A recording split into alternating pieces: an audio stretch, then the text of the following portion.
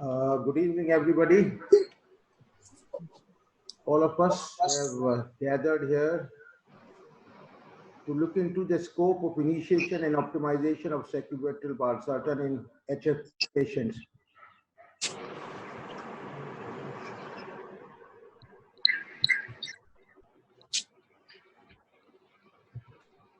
And as we will proceed further, you will realize that sacubitril valsartan is a boon to patients of heart failure with reduced ejection fraction and acute decongestive heart failure.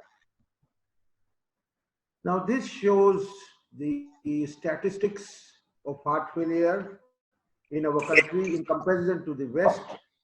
And you can see that heart failure in our country develops at a younger age. The ventricles are comparatively bad. Death is more common. Rehospitalization is more common. And death post discharge is also more common.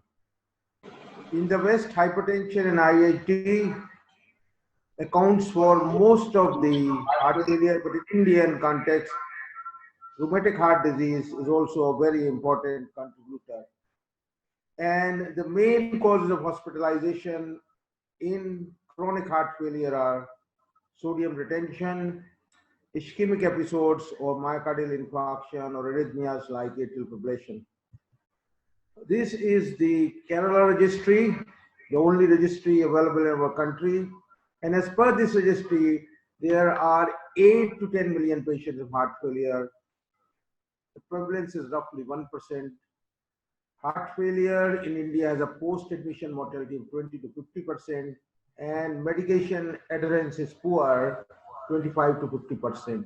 And what is very distressing is the age of heart failure in India. 22% are below the age of 30 years, and still very distressing is 54% are diabetics, and as you'll see, the mortality in diabetics is very bad. Now, all of us know heart failure, once sets in, it runs a malignant progression with a very high morbidity and mortality. The 5-year mortality may be to the tune of 50%, which means after 5 years, only 50% of patients would survive. And if you are a diabetic with heart failure, the prognosis is worst. The 5-year mortality you can see is 12.5%. Survival is only 12.5%. So you must pick up diabetes, heart failure in diabetics very early. And if you look at the 5-year survival in various malignant lesions, the malignant lesions have a better survival than heart failure.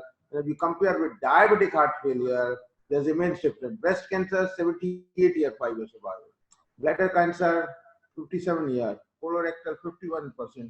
Clearly means that heart failure is a malignant condition, and best possible treatment should be offered to all patients at a very early stage.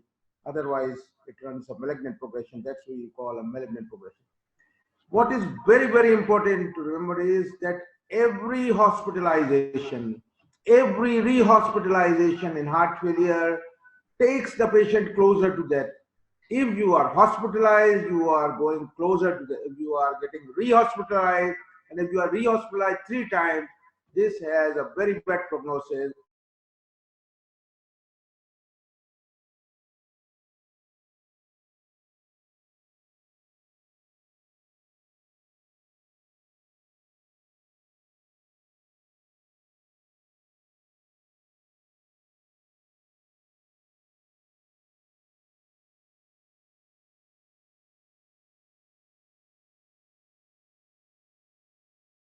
See gradually what can be done to achieve this goal.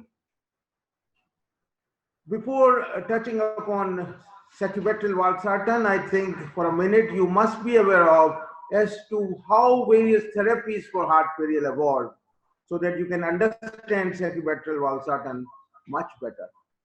Now we have the pre-sacubitril valsartan era, and you can see prior to 80s, the treatment of heart failure was mainly non-pharmacological. I don't know how many of you were there, only digoxin and diuretics. 80s, we had a hemodynamic decade and we had vasodilators, inotropes. 90s was a neurohormonal decade. We have RAS blockers, we have beta blockers. 2000 witnessed the device era, ICD, CRT, LVAD. 2010 onwards, a new cellular era, cell therapy and gene therapy has been initiated, is still ongoing. And roughly for 10 years, no new mortality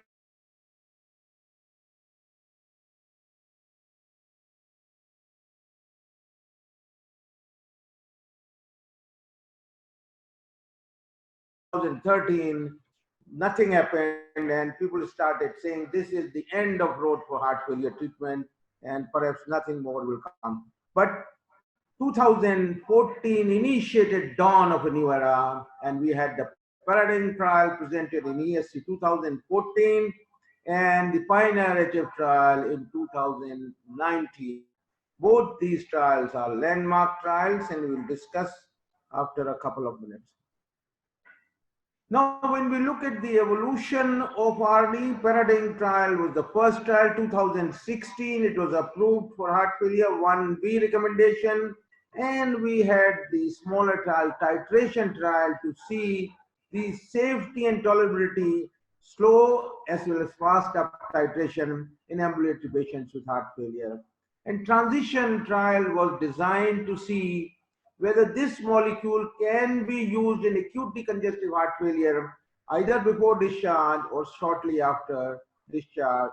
And when the results were positive, this led to the landmark Pioneer HF trial in acute decongestive heart failure. The drug was also tested in heart failure with preserved ejection fraction, Paragon HF trial, which we'll also discuss after some time. Now, this is the mechanism of action of ARNI or sacubitril valsartan. It has two molecules. The valsartan, as you know, is an ARV. It blocks the AT1 receptor and prevents the ravages of angiotensin II, which is elevated in patients with heart failure.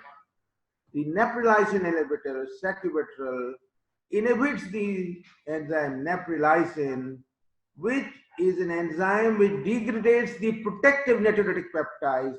Normally, it is the neurohormonal system of RAS blocker and sympathetic which plays a dominant role. The natriuretic peptide normally is a weak system. But if you inhibit neprilysin enzyme by sacubitril, all these protective peptides, natriuretic, they continue to stay in the blood for a longer time and execute many beneficial effects, as you can see in the slide. So combination produces double benefit. And this is the landmark paradigm HF trial. You can see 20% reduction in cardiovascular death and heart failure hospitalization on top of all approved therapy. It means on top of beta blockers, MRAs, a 20% reduction in CV mortality, 21% reduction in hospitalization for heart failure, which is very important, 16% reduction in all-cause mortality, and ARNI is superior to enalapril, reducing symptoms, quality of life, and so on. No significant difference in AF, and no significant difference in the protocol defined in declining renal function between the two, and a 20% reduction in sudden cardiac death. So you can see ARNI or sacubitril valsartan is a pan-mortality reducing drug. It decreases CV death, it decreases all-cause death, it decreases death due to progressive heart failure, it decreases sudden cardiac death, 20% on top. So it is a multifaceted drug. And ARNI is unique because we seldom get such a drug. And its unique feature is it has evoked a new concept of multi-system neurohormonal modulation, never heard before, never seen before. It acts on two systems, so it has evoked a new concept of multi-system neurohormonal modulation. And the biggest achievement of ARNI, besides 20% reduction in CV death, is it very rarely happens whenever new drug comes that the new drug is given a class 1 recommendation to replace a class 1 drug. ARNI is unique in the sense that when approved, it was given class 1A recommendation to replace a class 1 drug, that is ACE or ARB, and such feat usually does not happen in the history of drug therapy. So very unique drug, right from the word go, a class 1 recommendation, and has replaced the older class 1 drugs, that is ACE oblique ARB. Now, the first question I'm going to pose to you is chronic heart failure, reduced ejection fraction, very common, all of us see.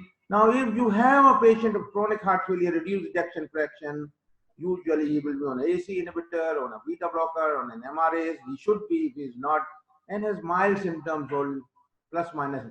Now, should he be shifted on RD? Your opinion, please. Should we continue with this? Patient does not have too much symptoms, or we should shift to sacubitril valsartan? Sir, in my opinion, if rather the recommendations are that if the patient is on a long-standing or stable on ACE or ARB, the class 1 indication is that he should be shifted to ARNI. Okay. That is the recommendation, and the different doses considerations are there, where we know how to shift a patient from a routine doses to ARNI. Others for comment? Any other comments? See, the ESC came up with the 2019 update. Yeah. And in their recommendation is that if the patient is on AC beta blocker and MRA,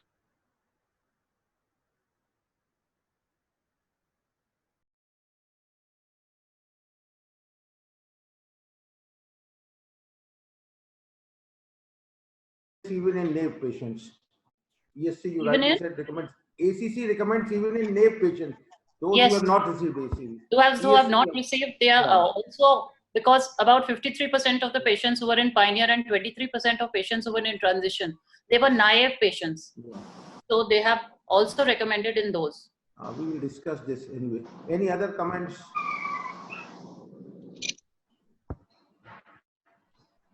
So let's see. Now, let us try to understand which is an appropriate strategy.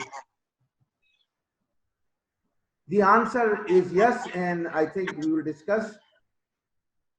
Now, what is very important to remember is that chronic heart failure is never a stable disease, and it is a myth. If the patient is not having symptoms, as we said in the beginning, heart failure once sets in, it runs a malignant progression. That's why the name is malignant. And why it is never stable?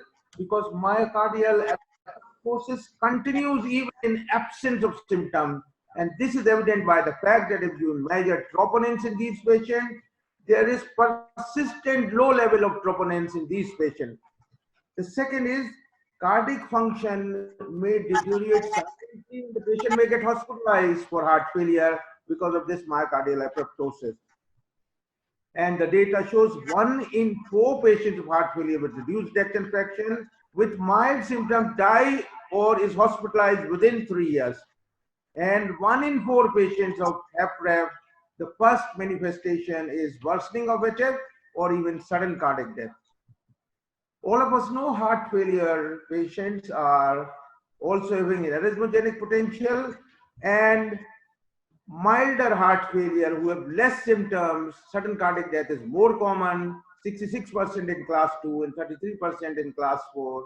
As heart failure progresses, sudden cardiac death decreases. And ARNI produces a 20% reduction in sudden cardiac death also on top of it. And therefore, chronic heart failure should never be considered stable, and we should try to blunt this malignant progression by whatever possible therapies. And today we are discussing only sacubitril valsartan. So the big message is, that's why you see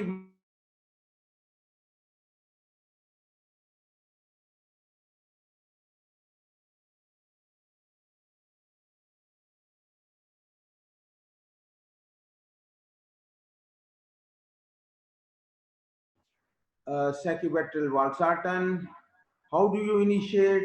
How do you reach the target dose? What are your prerequisites? I think that you can have your comments. Dr. Murthy.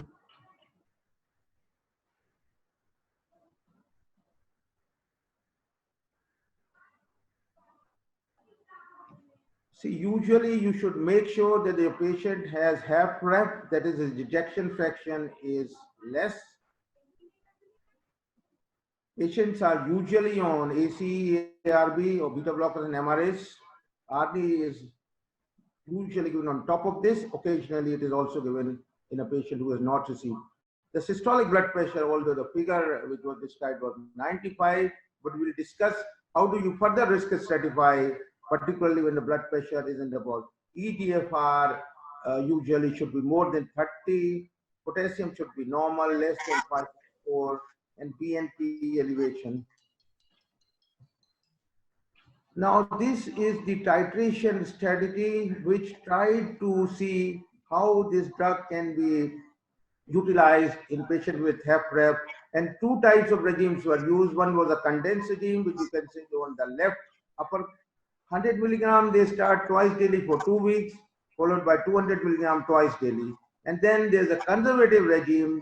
You start only with 50 milligram twice daily for 2 weeks, 100 milligram twice daily for next 3 weeks, and followed by 200 milligram twice daily.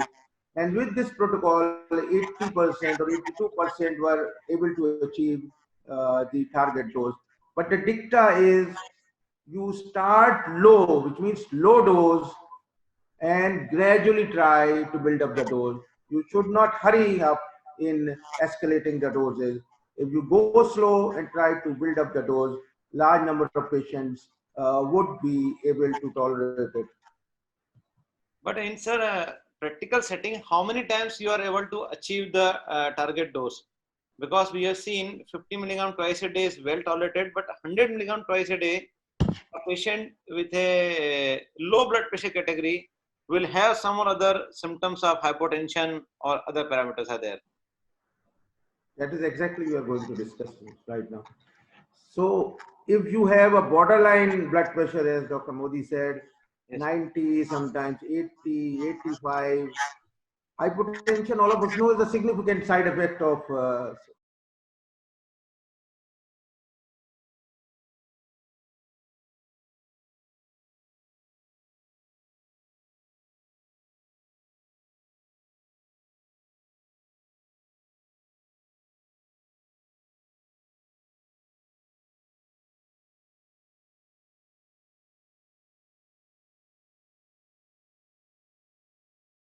to withdraw, or you may have to reduce the dose.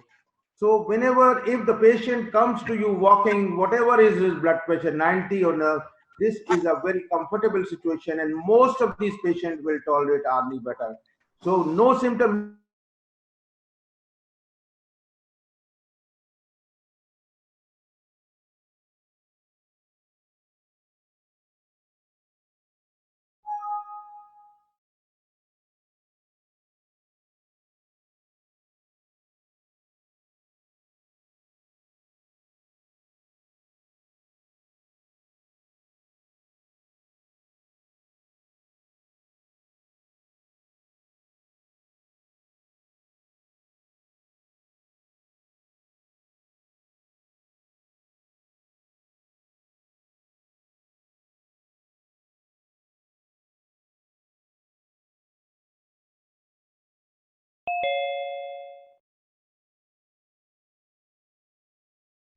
Do not have angina, so you can either avoid nitrates, many of these patients are on nitrates, or decrease the dose of nitrates if it is desired. And if the patient is on carvedilol, many of these patients are on carvedilol, please shift the patient to bisoprolol, because carvedilol has an alpha blocker action. The reduction in blood pressure is more with carvedilol compared to bisoprolol, and the benefit is nearly same. And many of these patients, they may be on alpha blocker because of prostate. Try to decrease the dose, or if possible drop. So all these things must be considered before you initiate, because if you initiate without taking into consideration these factors, hypotension may occur. Always try to initiate with a lower dose. Even if you are not able to initiate 50 milligram, we initiate with half of 50 milligram tablet twice daily. And whatever the dose is tolerated by the patient, it is seen that the prognosis of such patient, irrespective of the dose, is comparatively better than the subset of patient who has not taken this drug. If you go slow, follow these precautions, many times you will be able to initiate and also build up the dose. So hypotension is a very important complication. Any Sir, comments or questions? so in practice, the hypotension is the commonest side effect Yes, what yes, I have found. that is right. As you have told, we have to look for the other causes which can cause a hypotension besides maintaining the hydration. But especially in this summer, lot of my patients who are on 100 milligram twice a day, I reduced to 50 milligram twice a day, then 50 milligram once a day. But finally, I have to discontinue drug because they were very symptomatic. Even in the OPD, the BP was okay, 100, 110 systolic, but their symptoms were very classical. They were getting giddiness while walking, they were getting giddiness while standing from the bed, from sitting position. Even in the clinical situation in office, I could not find a postural hypotension. But in this situation, should we follow the readings what we take, or should we follow the patient's complaint? If there is giddiness on standing, it is postural hypotension, because after how much time you take blood pressure, that also matters. But somebody who stands and get giddiness, postural hypertension is virtually present. I think And it's yeah, it's very important that we also, especially during the summertime, we reduce the dose of diuretics, because aggressive diuresis would also produce hypotension. One more thing that I think we can do with yeah, these drugs is that we space out the timing of the medications. So blood pressure reducing drugs should not be given at the yeah, same time. We space it out and give a 3-4 hour gap before we give these medications. yeah. And in our country, those who are working in hot weather and outside job, this Lot of also should be taken, because if somebody is a laborer or somebody is going in working in hot sun, that you should also have fluids and try to adjust the dose. Right. Now, the other problem you will face with use of drug, this drug is hyperkalemia, and you must monitor potassium levels in patients who are on this. But even if your potassium level is normal and your patient does not have hyperkalemia, if the patient is on an ARNI, please instruct him very carefully to avoid food rich in potassium, because many of these patients will have chronic kidney disease. It may not be having at that time, but ultimately most of them will have it, particularly the diabetic. So that should be avoided. Secondly, we know that hyperkalemia with ARNI is much less compared to NRFL. So when you use ARNI patients who are on MRAs, hyperkalemia comparatively means NRFL versus ARNI, that is less. And another practical thing you must remember is that if your patient is prone for hyperkalemia, or there is already existent hyperkalemia, instead of aldactone, you should utilize eplerenone. And the reason is, if you develop hyperkalemia on top of aldactone, the metabolites of aldactone take a long time to revert back. Even you stop aldactone, it will take 4 or 5 days for the potassium to reverse. But if you take eplerenone, the metabolites disappear within 24 or maybe at 36 hours. So in a patient who is anticipated that he may develop hyperkalemia, eplerenone is a better choice, because the metabolites of eplerenone gets cleared up. Any other suggestion? And if hyperkalemia develops, you have to utilize all methods. You can use resins also. Petromar is a very excellent drug, not yet available in India, and is found to be very useful in those patients who develop hyperkalemia. So patient develops hyperkalemia, you give Petromar, potassium comes down, and you are able to build up the dose if hyperkalemia was a hassle in building up the dose. And another one is sodium zirconium cyclosilicate, which is also a wonderful drug. And the available resin, sodium polystyrene, has lots of problems because it has to be given 3-4 times, nauseating. But when these agents come, it would be easier for us to use these patients even in presence of hyperkalemia. Because if you use these agents, the benefit is immense. So hyperkalemia should also be controlled and avoided. Any comments? And if hyperkalemia develops, I think all of us know the treatment of hyperkalemia, what should be done.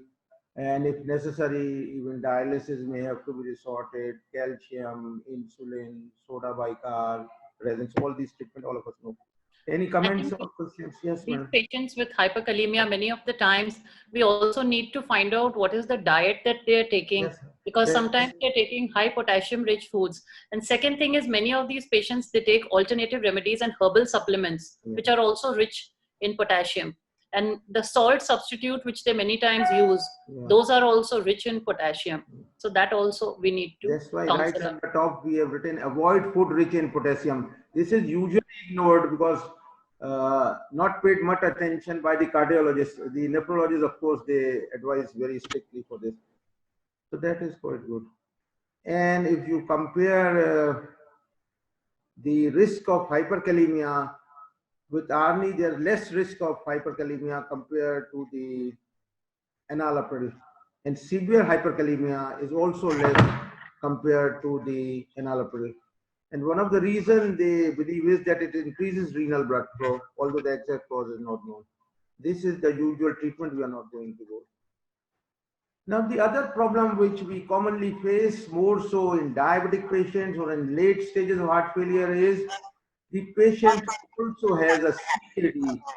So what should be the appropriate methodology to achieve optimal dose of sacubitril valsartan and heart failure reduced ejection fractions in patients with CKD? Now you must be very clear that whenever you use these agents in patients with CKD, there are two problems. He may develop hyperkalemia. Second, he may develop an acute renal injury. Now, this acute renal injury usually develops if you have a hypotension, if you have a hypovolemia, and if the eGFR drops more than 30%, you must either withdraw the drug and later on you reinitiate with a lower dose. Hydration is very, very important factor. You must always check the hydration of the patient. And comparatively, when we compare enalapril with ARNI, this produces less decrease in eGFR compared to enalapril. And because it also dilates the efferent arteriole, GFR initially will always fall. But if there is a progressive fall in GFR, that is of concern, and you may have to modify your dosage, even withdraw. But initially, there will always be a decrease in GFR, and then it gets stabilized. But if the patient tolerates, the cardiac output increases, the ventricles get decongested, and if the patient is able to tolerate, usually you may have a decrease, you may have an improvement in the eGFR in the long run. And the lower portion of the slide shows that elevation of creatinine is much less with sacubitril valsartan. Any comments, questions? Sir, the data from Paradigm HF trial, they have exclusion criteria was having the low eGFR. Less than 30. So the data with the CKD, proven CKD, who are having very high creatinine and high potassium level, to beginning the dose or should go for a other than drug for ARNI or ACE or ARB. What are the cutoff level we should think for starting a dose of creatine or a potassium? Yes. We should not start. We recently had a seminar with the nephrologist also. Our Yes. cutoff point is 30 because we are nephrologists, but they try to use it patients even less than 30. And their idea is that if the patient tolerates, even if the GFR decreases initially, long run it benefits because this is one of the drugs which checks the progress of CKD. And because they are nephrologists, if something happens, they dialyze the patient and continue with the drug. So, but in our setup, the bottom line is always written where properly we can follow a creatine and potassium level. But in our scenario, we are not able to follow the potassium level so vigilantly as it should be when we start this type of drugs. Yeah. Potassium should be prevented. As we said, diet is very important, right? You should use diuretics which are not potassium retaining, and all other hydration and all other measures should be undertaken. I am talking about proven CKD patient, proven CKD, not a patient who is normal. Yeah, the best way is again then to use this petromar and resins to bring down the potassium, because if it is chronic CD, potassium will be elevated and will come in way of using ARNI. So most of the nephrologists will use these resins and if necessary dialyzed. But in our setup, if potassium increases, these measures can be taken, and then you have to refer the patient to dialysis or to the nephrologist, whatever he feels appropriate. But if these patients can somehow be put on an ARNI, the patient would benefit. You may have to take the help of nephrologists for hyperkalemia and even. So in the paradigm, they had a whole subset of patients who had a reduced EGFR. So they had a subset of patients who had an EGFR between 30 and 60. And they actually found a benefit in these patients. They found a reduce in the rate of EGFR falling down. So That is there. it was, they did Yeah. try it on CKD patients also. I think RAS blocker in ARNI were the first revolution in CKD. Prior to that, CKD, the GFR used to drop very rapidly, almost say by 10 per year. When RAS blockers came, that was the first revolution. They slowed down the progress of GFR, and now SGLT2 is producing the second revolution. They further slow down the progress on top of RAS blockers and on top of ARNI. So the trajectory of CKD is going to improve further. And the third drug which is going to come, which will be presented in the nephrology conference, is a non-steroidal mineral MRA, which is a big trial is going to be presented, and that I'm told is positive. So then you may be three drugs, RAS blockers and ARNI, number one, number two, SGL2, and number the non-steroidal MRAs. So the trajectory of CKD is going to improve further. And this again shows the same thing that sacubitril valsartan patients who are put on this, they do not deteriorate their kidney function. And as shown in this, if your GFR drops below 30, you have to consult a nephrologist. You have to stop this drug, may reinitiate it on depending on the hemodynamics. And this was the transition trial most of you are aware of, which tried to initiate sacubitril ARNI in ADF patients either before discharge or shortly after discharge. And you will see on the slide, this was tolerated by a large number. The 200 milligram dose was tolerated by about 50%. 100/200 was tolerated by about 60%, and any dose was tolerated by 80%. Discontinuation rates were very less, and the side effects were not much different. And this again shows the same thing. There are also improvement in the clinical outcome, as you can see on this. Time to first HF-related rehospitalization is improved or delayed. Time to first HF-related hospitalization, CV death is better. The serum markers, you can see NT-proNBP and high sensitivity troponin declined.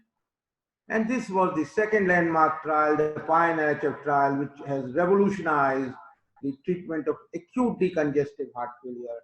Prior to this, the prognosis of decongestive heart failure was bad. And this is a trial which was of 12 weeks, 8 weeks was blinded, and 4 weeks was an open label.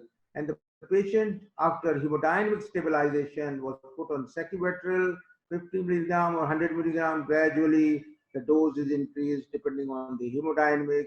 The other arm received enalapril, gradually increased, and after the trial was completed, there was an open arm which we'll discuss. And this shows a marked reduction in the NT-proNBP level. You can see almost 29% reduction, and the clinical events mostly because of rehospitalization, you have a 46%. So ARNI initiated in the hospital showed better results and also improved the outcome of the patients.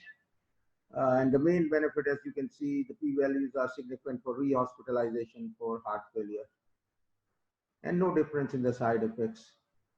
So this was a landmark trial and very clearly showed that those patients who are hospitalized for acute decongestive or acute decompensated heart failure, initiation of sacubitril valsartan therapy result in a substantial reduction in NT-proNBP concentration compared to enalapril, and it also reduced hospitalization for heart failure, and that was very well tolerated with comparable side effects in both the groups, the usual side effects being renal injury, hyperkalemia, hypotension, angioedema is uncommon. And this is the open label extension trial, those patients who were on sacubitril valsartan, they continued sacubitril valsartan, but those who were on enalapril, they were shifted to sacubitril valsartan at the end of 8 weeks for the next 4 weeks. And you can see those patients, the upper one who were enalapril, the NT-proBNP dropped further and was beneficial. So if it is possible to initiate sacubitril valsartan, it is preferable because you are able to monitor the patient when he is admitted rather than initiating in the early post-discharge period. So switching patients from enalapril, this is the open label conclusion, from enalapril to sacubitril valsartan after 8 weeks led to a further 37% reduction in the serum markers, as you can see on the slide. In hospitalization initiation of this combination, the clinical outcome at 12 weeks compared to in-hospital initiation were better. An early improvement in post-discharge outcomes supports in-hospital initiation of this drug in patients with ET-HF. The advantage being you are able to monitor it and you can initiate in your own presence. So again, this PIONEER-HF trial opened the doors for use of sacubitril valsartan even in patients with acute decompensated heart failure. And this shows both these landmark trials have revolutionized the treatment of heart failure. Paradigm has revolutionized chronic heart failure, reduced ejection fraction. PIONEER-HF, acute decompensated heart failure. And the 2019 guidelines have recommended ARNI even in patients with AD, and for chronic heart failure, it was already given a 1B recommendation long back in 2016 by all guidelines. So we'd like to seek your opinion. What's the role of sacubitril valsartan in management of AD-HF? Comments from your side and suggestions. I think, sir, everybody has started using in ADHF. Most of the patients who are coming with ADHF are in ACS. So data on ACS and ADHF, what is your comment, I would say? Because in chronic heart failure, doing acute decompensation, what is the definition? It is a recommendation there. After we stop the IV inotropes or vasodilator or a stabilizing or diuretic, but patient with ACS with acute heart failure, we are still not using in this particular category. Yes. Paradigm trial has substantial number of ischemic heart disease, I think 60%. Now for this question, a post-MIHF trial specific trial is ongoing to Paradise MI trial to have an answer for this subset of patients, because we don't have data in the acute coronary syndrome setting. Usually we start when the patient is right, but a dedicated trial, Paradise MI in post MI, is ongoing to resolve this issue.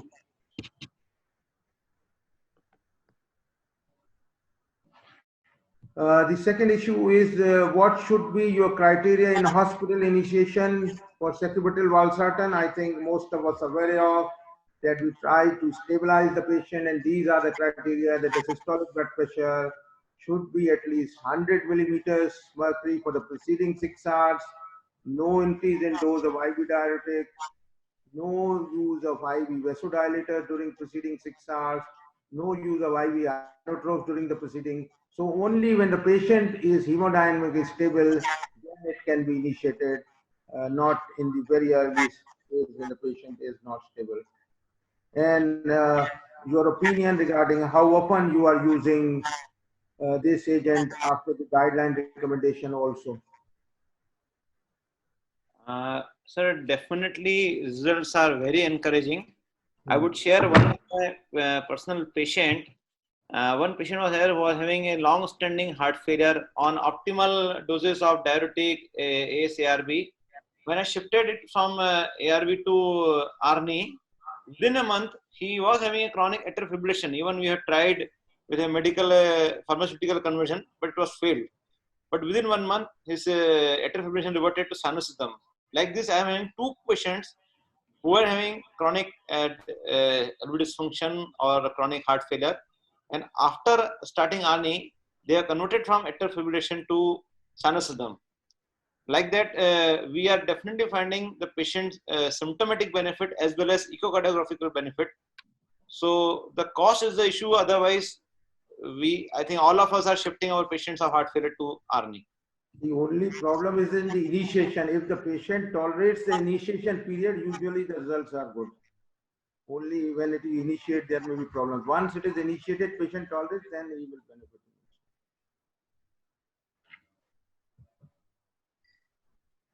Now, this is the Paragon HF trial. We had lots of hope from the Paragon HF, which was carried out in patients of heart failure with preserved ejection fraction more than 45, as you can see, and sacubitril valsartan head-to-head with valsartan. The trial as a whole failed to show a statistically significant benefit in the primary endpoint of cardiovascular death or hospitalization for heart failure. But there were some interesting features. Now, among patients with heart failure preserved ejection fraction, this drug was not effective in changing the primary endpoint. There was less decline in the renal function that was seen in chronic heart failure also. There was possible effect of this drug in those patients with ejection fraction between 50 to 57 discussed, and somehow the women had a statistically significant benefit in the Paragon trial, although this is a subgroup analysis. And look at this, the females, you can clearly see a 27% reduction in the primary endpoint. Males virtually zero, 1.0 hazard ratio.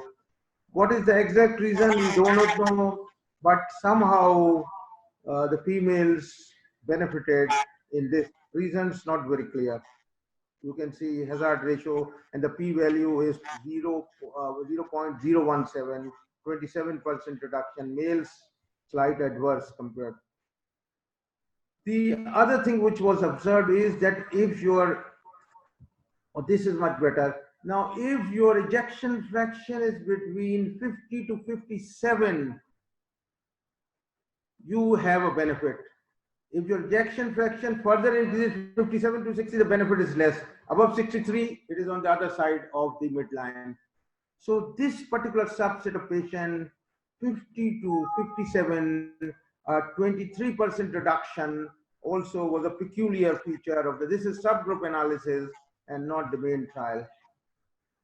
So sacubitril valsartan, the other interesting feature was that sacubitril valsartan compared to placebo was associated with a 6.4% reduction. This is not the, that is data from the Pioneer trial. So what are your comments on this Paragon HF trial? So Paragon Would you HF, like to use this drug in heart failure, preserved ejection fraction, or you will not like to use the trial as a whole was negative? Sir, Paragon HF trial, as it is, we know the benefit is more at the lower ejection fraction. Yeah, 50 to And 57. Paradigm trial was there where the ejection fraction was already low. So the lower the ejection fraction, the more is the benefit. So as a preserved ejection fraction, I would say the trial is a negative trial. Yeah. But so in totally preserved ejection fraction, it would not be recommended to be used. But they came in with a subset that if the patient had a heart failure mid-range EF, a slightly lower ejection fraction, even mild LV dysfunction, it is showing some degree of benefit. And what I don't understand is why exactly in women it showed a benefit. Was it just by chance or was there some other factor? This will be evaluated further. At the moment, there is no clear-cut answers to that. We don't know why this was. The problem is heart failure, preserved ejection fraction. We do not have any drug which can change the outcome. Although this is a subgroup analysis in this particular ejection fraction, because nothing else is available to change the outcome, you can use it as an off-label. It is not a labeled indication. And women also, if there's nothing, patient has preserved ejection fraction because the benefit is an off-label, you can try, although this is not a listed labeled indication. The other thing, Pioneer HF trial, we forgot is that when the drug is initiated early, the benefit is more, which means there was an absolute 6.4% reduction in the cardiovascular death in hospital when the drug is initiated less than 30 days of index hospitalization. This drops to 4.6% when it is 30 to 90 days and 3.4% when it is in 90. So again, the message is early, preferably during the hospitalization.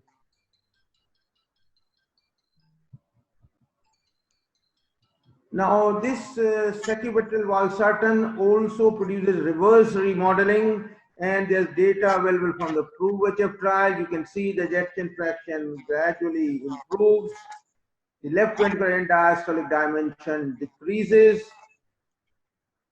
The effective regurgitant orifice area as measured decreases. So MR becomes less, and MR becomes less. This may also benefit patients with atrial fibrillation. And you can also see the regurgitant volume is also less. So load on the left ventricle is decreased, load on the ventricle is decreased. The left ventricular end diastolic volume index also decreases, and so also the left atrium volume index decreases. And there is a decrease in the left ventricular end diastolic dimension, also in the left ventricular end systolic dimension. And so we know now that sacubitril/valsartan produces reverse remodeling, which means if you serially measure ejection fractions, the ventricular volumes, or the ventricular dimensions, they improve. So you have tried to measure these on the long-term follow-up of these patients. What's your opinion and comments, please? Yes, it actually produces an improvement. So we have seen that there has been a mild improvement in the ejection fraction in these patients who are on an RT. So definitely improvement is Yes. there, and long term, because it's not a long, almost 1 or 2 years are there. Maybe our experience will be around 30-40 patients. So too less to comment. But you should try to follow up these patients because the patient is improving. These parameters are likely to improve if you document on any. Definitely. So the patient has improved. Some are on the other drugs dramatically improved.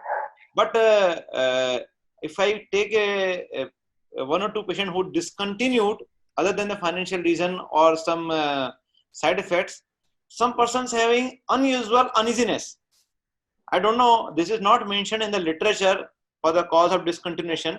One of my patient, no financial issue, no creatinine normal, potassium normal, no postural hypertension. But whenever I have started him, it is 3 times I have tried with the lowest possible dose. But within 2 days, he comes, he says, I'm not feeling well after starting this medicine. I'm not having any scientific reason for that. But 1 or 2 patients are like that. I think others may comment on that if they had a similar patient in real world scenario or not.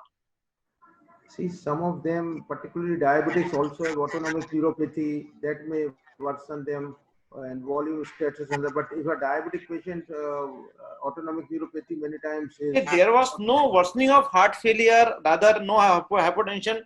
But I don't know, without any reason, they were not able to tolerate the drug. Uneasiness, some were not able to cope up. Whenever they started, some uneasiness was there. Maybe you can start in a very small dose. I have started minimum possible dose, 50 milligram half tablet. Even they could not tolerate. They were on with valsartan 40 milligram twice a day, but whenever shifted from valsartan to Arni, I don't know why. If anybody is having a similar experience, I don't know. Usually, I think you must check the blood pressures and Yeah, the maybe. postal calls. Those are the reasons. Most of the patients were required to discontinue only because of hypotension or postural fall. Otherwise, most of the patients have tolerated well. And 100 milligram twice a day dose is reached in, I think, in my experience, are more than 70% of the cases. I request Dr. Akhilesh sir, Dr. Mukesh sir, Dr. Piyush sir, kindly give your views. Hello. So, do you have any experience whether the patient with the non-ischemic cardiomyopathy, they are getting more benefit as compared to the ischemic cardiomyopathy patients? Dr. Modi, what is your experience? Can you Ischemic repeat? versus non-ischemic. ischemic versus non-ischemic. If the patient is having a chronic heart failure, we had to shift on this ARNI. Acute MI or acute coronary syndrome going into failure, the data is still lacking, because the patients who were in chronic heart failure, around 50% were having a chronic CAD if different trials, paradigm and other trials are there. So ischemic heart failure, excluding ACS, we have to shift the patient as heart failure patients. And Both, yes, sir. both ischemic and non-ischemic benefits. Both ischemic and non-ischemic, they are having a benefit, sir.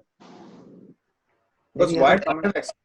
what I have experienced that the patient with the non-ischemic cardiomyopathic patients, they are getting more benefit as compared to the ischemic heart failure.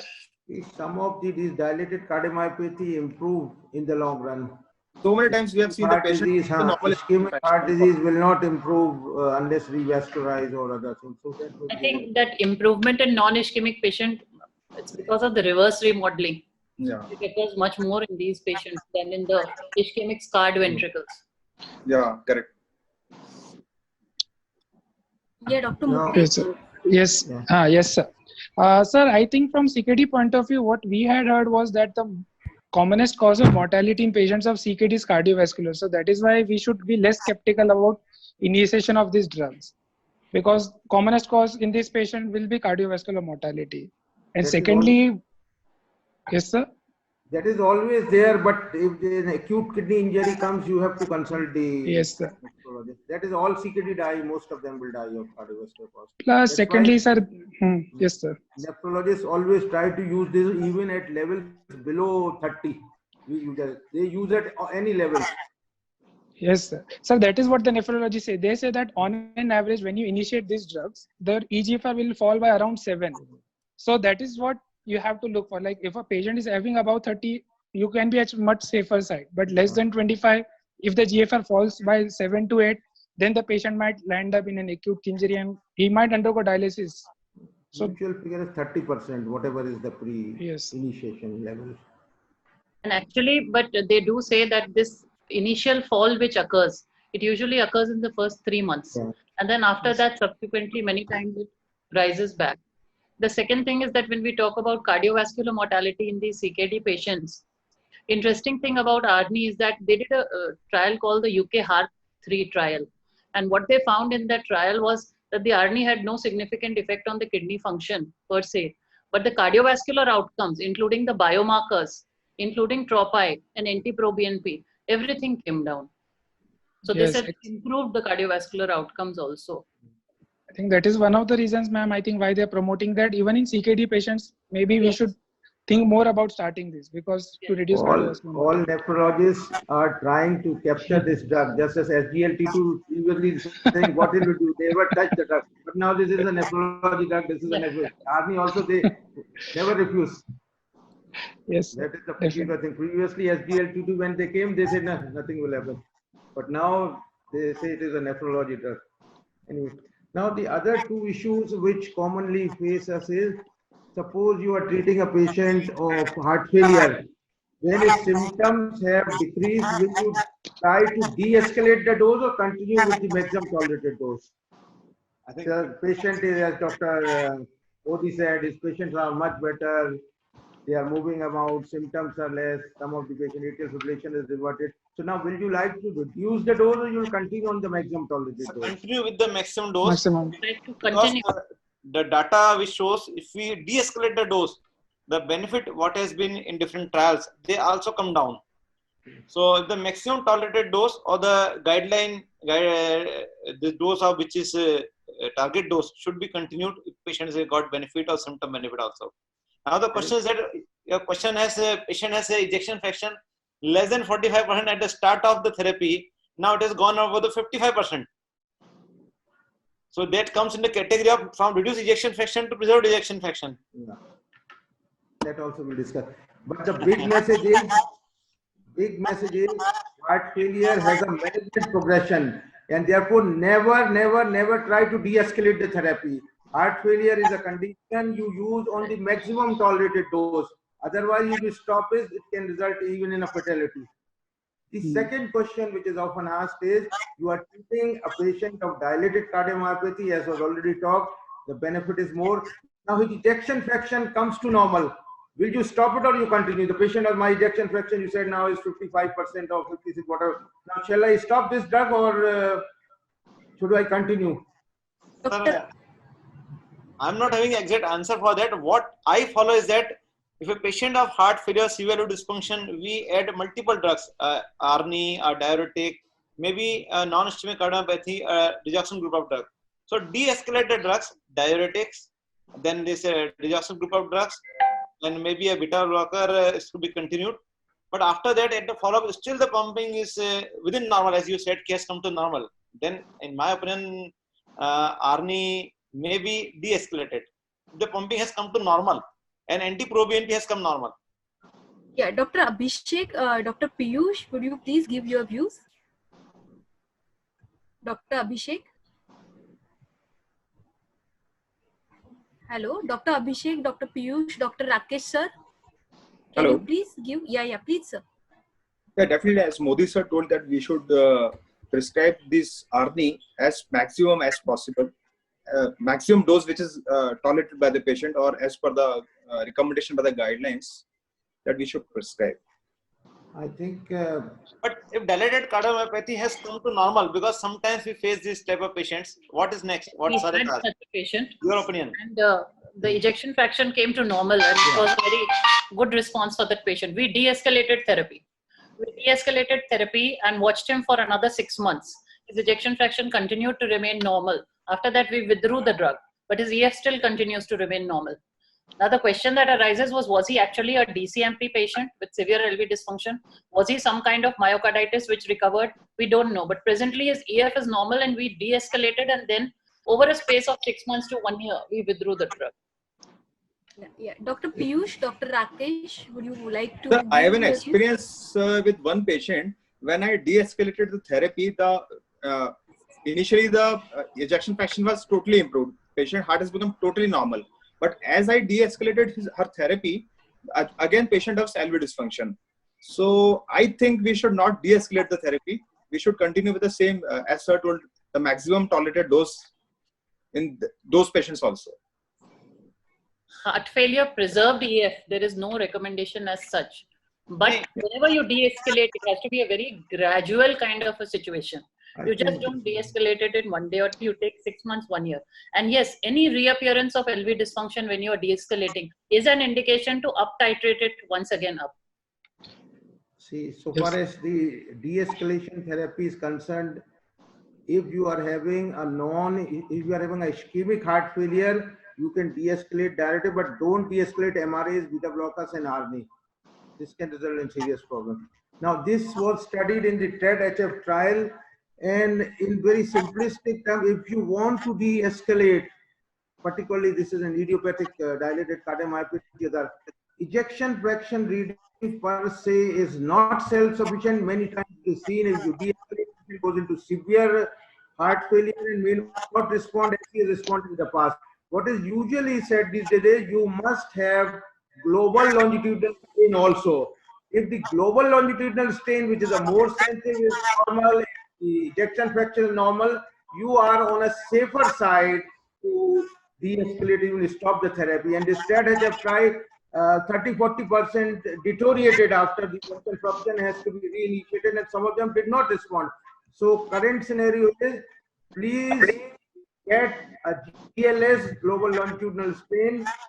Please get that. If both are normal, you are on a much safer side, because GLS detects subclinical dysfunction also. So that is the way to go. This is a new set of patients, and other trials besides TED-HF are also ongoing. I very much agree with Dr. Manodia, sir, because even in the patients who are, the ejection fraction is normal, global longitudinal strain has shown that 1/3 of these patients still have damage to the myocyte. Just as in oncology patient, your GLS is abnormal, ejection fraction normal, we initiate beta blockers and other therapies. And if you started earlier, the patient benefits. If you start late when the ejection fraction is dropped, the benefit is not so much. So GLS is certainly going to come in a big way, although it's not commonly done by many, but I think that the end of any questions or comments? Yeah, Dr. Piyush, Dr. Mukesh, would you like to add something? Yes, yes, ma'am. Sir, I think the most important thing is that it's very difficult to ascertain whether the cause of heart failure is totally reversible or not. So I think in such scenarios where we are definite that, okay, the cause of the heart failure is reversible, maybe in such patients, we can think about de-escalating the dose or stopping the drug totally. But I think many times it's very difficult for us to ascertain the cause of a cardiomyopathy. You can use objective GLS parameter and EF both, then you will be in a much safer side. Because mere normal ejection doesn't mean the ventricle is reverted to normal. You may have severe dysfunction, subclinical dysfunction. So that is the way to go. Yes, sir. I think actually even in Hinduja Hospital, they had published a study on heart failure patient with preserved ejection fraction, where they had said with normal ejection fraction, the GLS was abnormal in at least 1/3 of the patients. So they were like a subclinical dysfunction will always be there, even in such subsets. Usually it's a combined. There's no clear demarcation between preserved, reduced, you have mid-range also. So usually they are intermingled. Yes. Yeah, thanks, sir. Dr. Rakesh, Dr. Piyush, Dr. Akhilesh, you want to add something? I think with this we come to end. I think a big applause for Manohar sir. Again, it is a long time. We had a class on ARNI with sir. Big applause, I would say. Thank you very much. Definitely, sir. Thanks a lot, sir. And Thank thank you, you very sir. much for all the expertise for sharing your expert views. I think this is the first time where we are all present in the virtual platform. Thank you very much. Reason is we are at ease not to rush to the hospital, so we are not bothered about time. We can discuss. And Miss, thank you very much, Dr. P.C. Manuria, sir, for sharing Thank your you expert view for the and comments. moderating the session. It is really a wonderful meeting and beautiful insights and all is there. Thank you very much for all joining. Thank you all. Thanks. Thank you, Dr. Manohar sir. Yeah, Yeah, Dr. thanks, Thank you. Thank Dr. you so much, Manohar sir. sir, for such a wonderful session. Thanks, Dr. Manohar. Thanks a lot, Thank sir. you.